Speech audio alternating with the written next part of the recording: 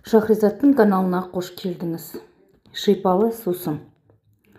Сарай маңда сойдиған қап қарамық ағаштары бар, жапырақтары өлмеусіреген бір бақ тұр екен. Көгеріп сазарған ағаштардың тырбиған сабақтары да осқынсыз. Содан ба, әйтеуір ол ағаштарды торғай екеш торғай да менсінбегендей бірде-бір маңайлап ұшатын емес.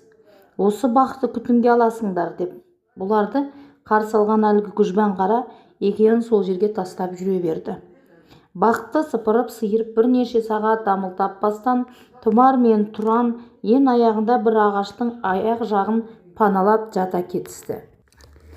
Қолдарынан сусын дәмдерін алып ас қамына кіріспек болып жатқанда сарай есігі ашылып кенет іштен бір әйел шықты. Жан-жағында қап-қара паранжы жамылған көмекшілері бар әлгі әйел аяғын басқан сайын ысқырынған жыланның дыбысы естілердей соңынан қорқынышты лебін қалдырып отырды. Бетіндегі паранжысын кері сырғаны сол еді. Мынау қараңғыда екі көзі қып-қызыл шоқтай жайнап одан сайын есталды. Екеуін мүлдем аңғармаған да сияқты.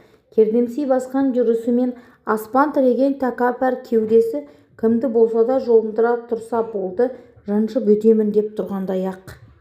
Жандарынан өтер шығып, анау жерде тұрған әлде бір жеміс ағаштарына қарай бет алды.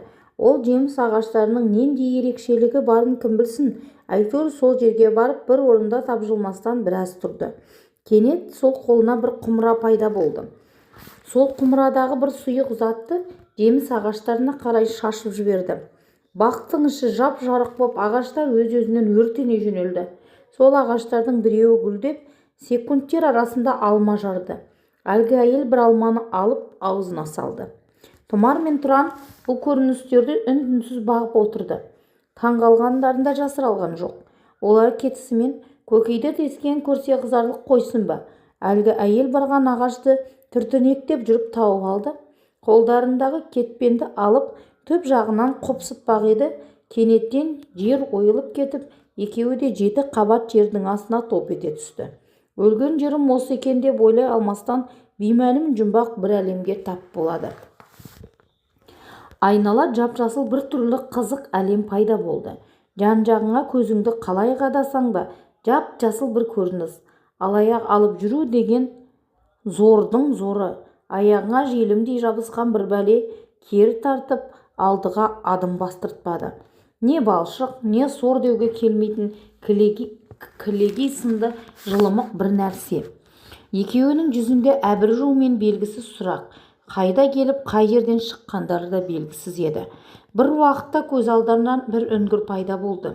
Әлгі үңгірдің ішінен қиналған дауыстар естілді.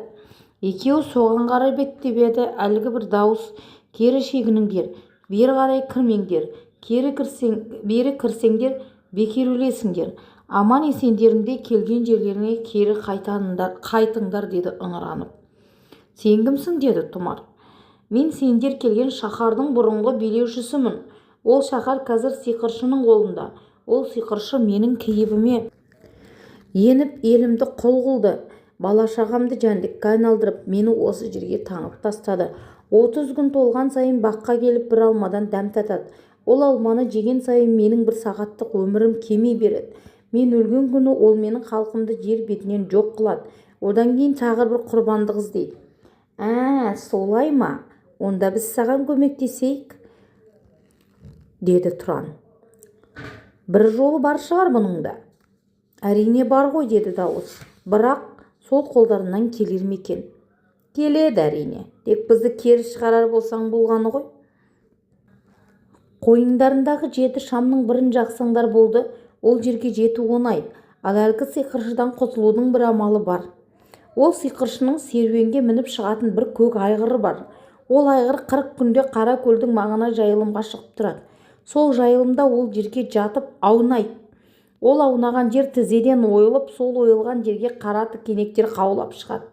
Ол тікендер санаулы секундтерде қайтадан жоқ болады. Соған дейін сендер де сол тікеннен 7-еуін жұлып үлгерулерің керек. Сол мезетте сиқыршы бақилық болады. Ал егер де үлгере алмасаңдар, онда барлығымыз құримыз. Тұмар мен Тұран қойындарындағы қария берген 7 майшамды естеріне алды. соның бірін алса қойындарындағы майшамнан 6-ау ғана қалыпты. Екеуі де оның қай мезгілде жанып таусылғанынан да бейхабар екен. Майшамды тұтатысымен өздері түскен алма ағашының қасынан бір-ақ шығады.